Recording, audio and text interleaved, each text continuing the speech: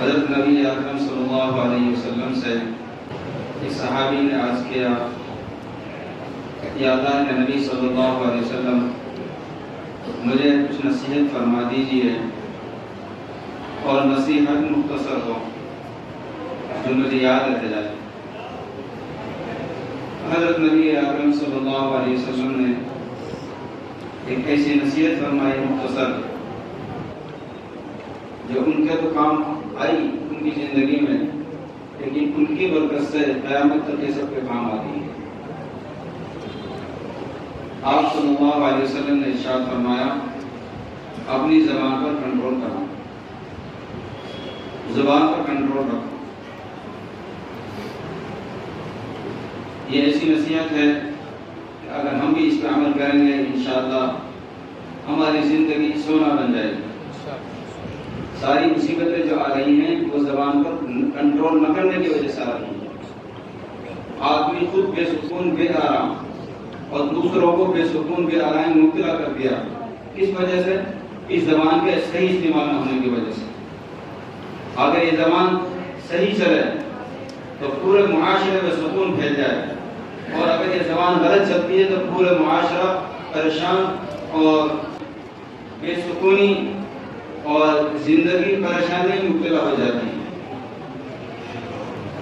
ہماری زبان سے کیا نکلنا چاہیے اور کیا نکل رہا ہے، ابھی 3 دن پہلے کی بات ہے، اور یہ کوئی نئے واقعہ نہیں، تو آئے دن سے واقعات آ رہے ہیں۔ میں تازہ ہونے کی وجہ سے سن رہا ہوں، دوپہر میں ایک آدمی آیا بہت پریشان۔ ابھی یہاں ماشاءاللہ ہمارے امان بھائی کا ذکر آیا، ان کے بچے نے ماشاءاللہ قرآن پاک پڑھا بہت اچھا۔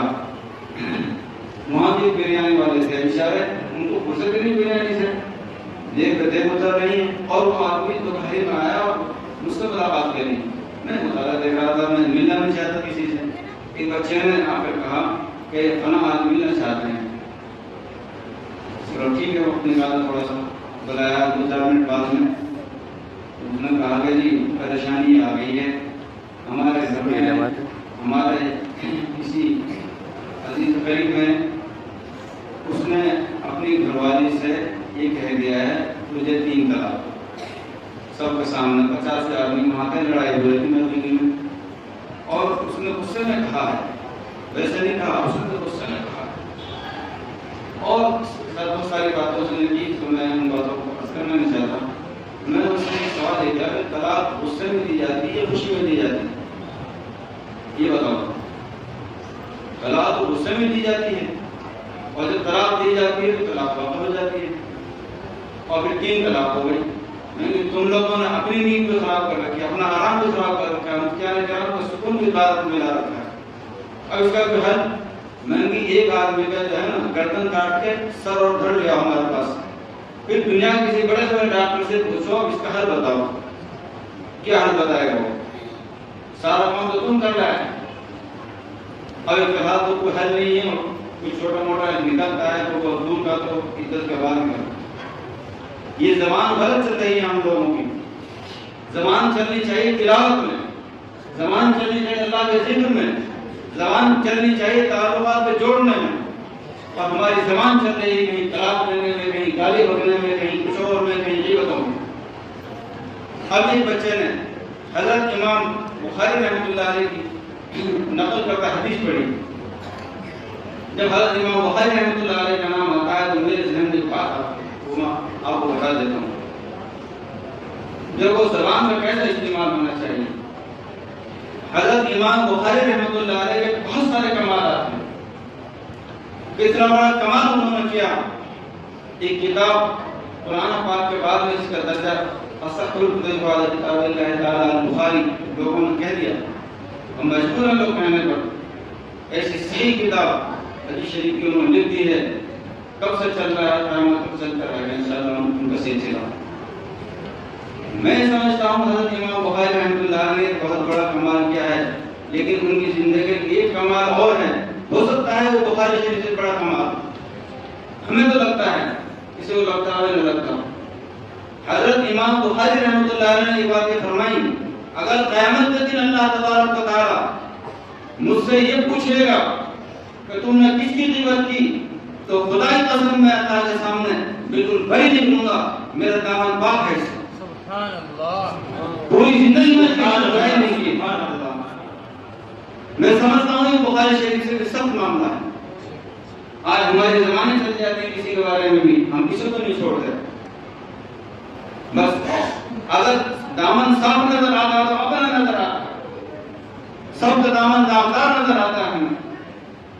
میں صحیح بتا رہا ہوں آپ کو، جس کو دوسرے کا دامن داغدار نظر آتا ہے اس کا خود دامن ناپاک ہے اس کا۔ جس کا خود دامن پاک ہوگا اس کا دامن دوسرے کا دامن میں صحیح نظر آئے گا، اس کو پاک نظر آئے گا۔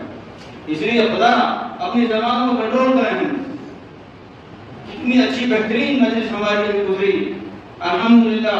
ان بچوں کی زبان کہاں گالیوں میں چلتی، کہاں برائیوں میں چلتی، کہاں غیبتوں میں چلتی، کس کو سلانے میں چلتی، ان کی زبان اللہ کے ذکر میں چل رہی ہے، ان کی زبان قرآن میں چل رہی ہے، دینی گفتگو میں چل رہی ہے، احادیث میں چل رہی ہے۔ یہ کتنی اچھی بات ہے، ہم بھی ایسا ہی کریں۔ اور جو کہ مستورات کا مجمع ہے اس لیے کوئی بات مستورات سے متعلق بھی کہہ دی جائے۔ ایک چھوٹا سا واقعہ جو بخاری شریف میں آیا ہے، میں یہاں نقل کر دیتا ہوں۔ آپ نے نام سنا ہوگا حضرت ربیعۃ الرائے کا۔ حضرت امام ربیعۃ الرائے جو ہے ان کے واقعہ ہے، واقعہ بہت تفصیل ہے، میں 2-3 منٹ میں بس بتاؤں گا۔ ان کے باپ فاروق وہ دین کی محنت کے لیے نکل گئے اپنے گھر سے، اور ملک کی حفاظت کے لیے، لوگوں کی ایمان کی حفاظت کے لیے نکل گئے، اور 27 سال بعد لوٹ کر آئے اپنے گھر مدینہ شریف، اور دروازہ ٹھوکر سے کھولا، زور سے بری طرح دروازہ کھولا، گھوڑے سے اترے، اندر سے ایک جوان لڑکا نکلا ہے۔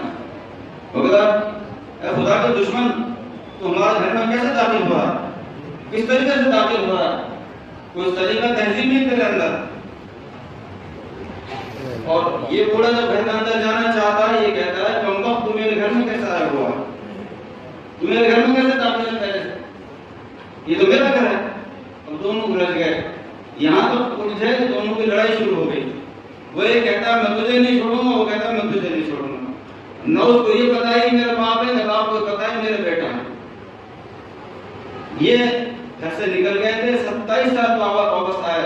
27 سال بعد میں یہ صحابی فاروق، جب دوسرے لوگ اڑوس پڑوس کا آئے، یہاں تک کہ حضرت امام مالک رحمۃ اللہ علیہ تشریف لائے، ان دونوں کو سمجھایا، کہا اس بوڑھے کے لیے تمہارے لیے اور بہت سارا مدینہ پڑھا ہوا، دوسری جگہ بہت ساری جگہ تمہارے لیے، تم اس سے کیوں الجھ رہے؟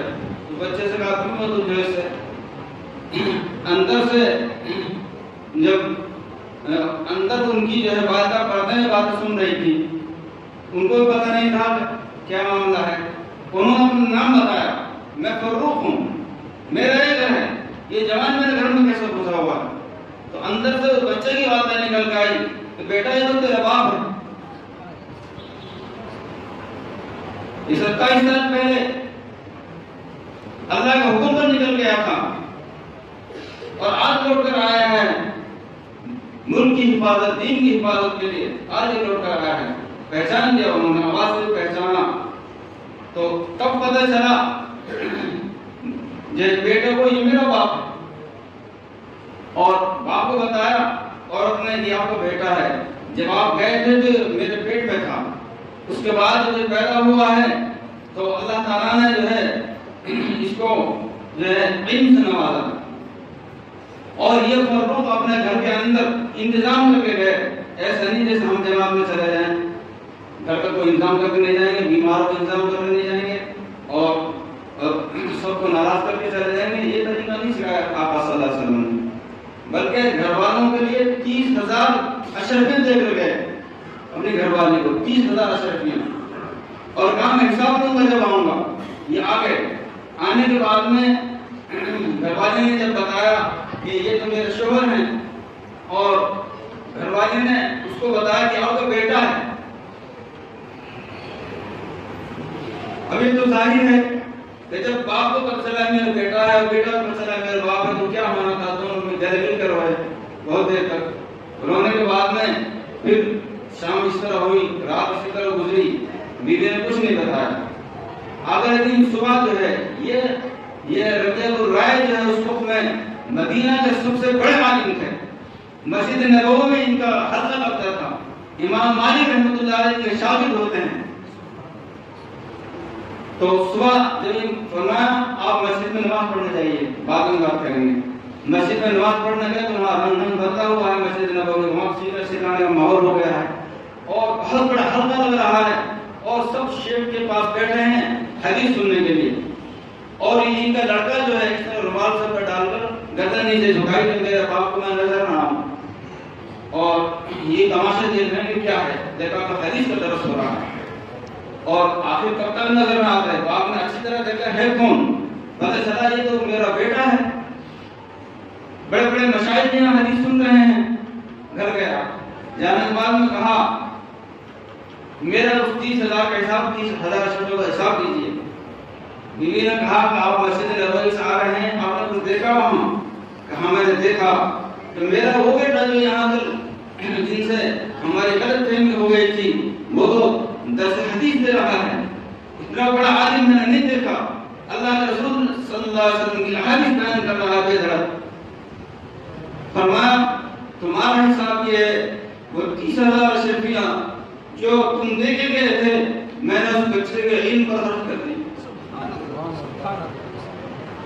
تو بیٹے نے جو فرمایا باپ نے کہ الحمدللہ میری محنت ٹھکانے لگی، تم نے صحیح جگہ اس کو خرچ کیا اور بالکل صحیح جگہ خرچ کیا اور میرا مال ٹھکانے لگا. میں اس سے بہت خوش ہوں. 30,000 تو کیا، اس سے زیادہ بھی رقم ہوتی اور وہ دین پر خرچ ہو جاتی تو نبی صلی اللہ علیہ وسلم کی حدیث پر خرچ ہو جاتی تو میں بہت خوش تھا. تم نے بڑا اچھا کیا اور میرے رقم کو صحیح استعمال کیا. میں آپ سے یہ پیغام دینا چاہ رہا ہوں، آپ کے پیسے تو بہت خرچ ہوئے، کہاں کہاں خرچ ہوئے، گاڑیوں میں خرچ ہوئے، مکانوں میں خرچ ہوئے، کہیں کہیں کی تعمیر میں خرچ ہوئے. آپ کا جو پیسہ بچوں کی تعلیم پر، بچوں کی تربیت پر، علماء کی خدمت میں جو خرچ ہو رہا ہے، یہی وہ پیسہ ہے آپ کا جو قیامت کے دن آپ کو پہاڑوں برابر ملے گا. اللہ تعالی ہم سب کو جو ہے اپنے پیسے کا صحیح استعمال نصیب فرمائے. وآخر دعوانا الحمدللہ رب العالمین.